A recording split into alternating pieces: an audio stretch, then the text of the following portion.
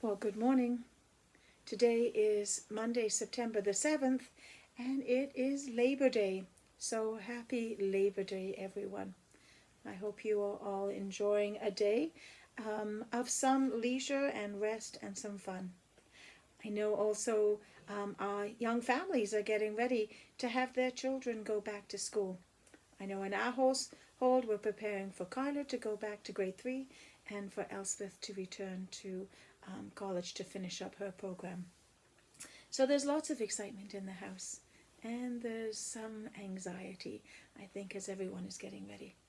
I want to offer special prayers to all of our students returning to school, but also to all of our teachers who have been so busy over the last few weeks getting ready to go back into the classroom, getting their classrooms ready, and figuring out how to teach in a new reality.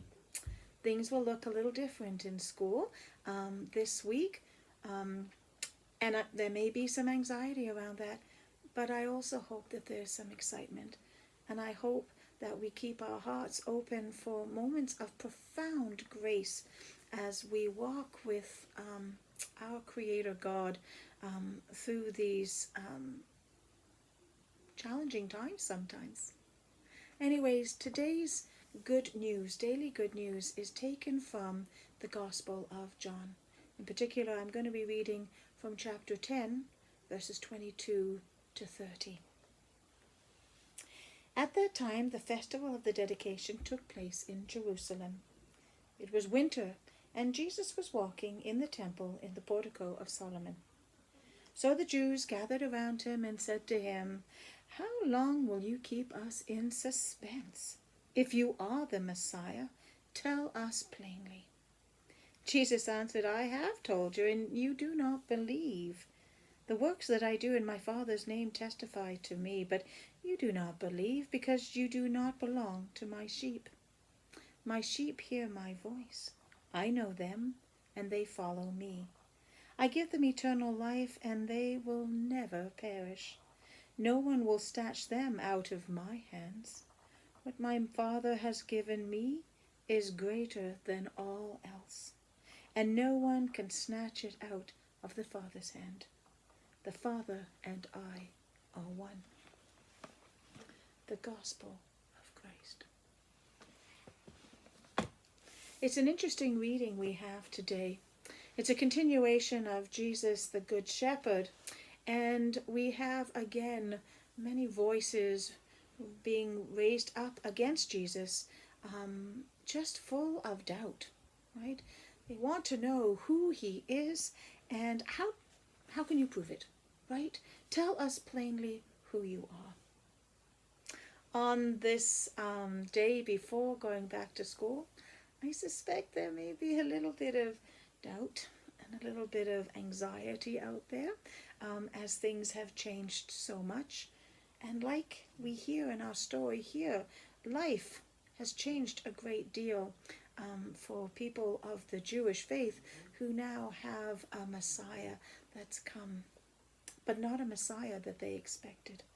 Not a Messiah with earthly powers, but a Messiah with divine powers. There's a lot that we could talk about in today's reading, but what I love here is when Jesus says, "My sheep hear my voice. I know them, and they follow me. I give them eternal life, and they will never perish."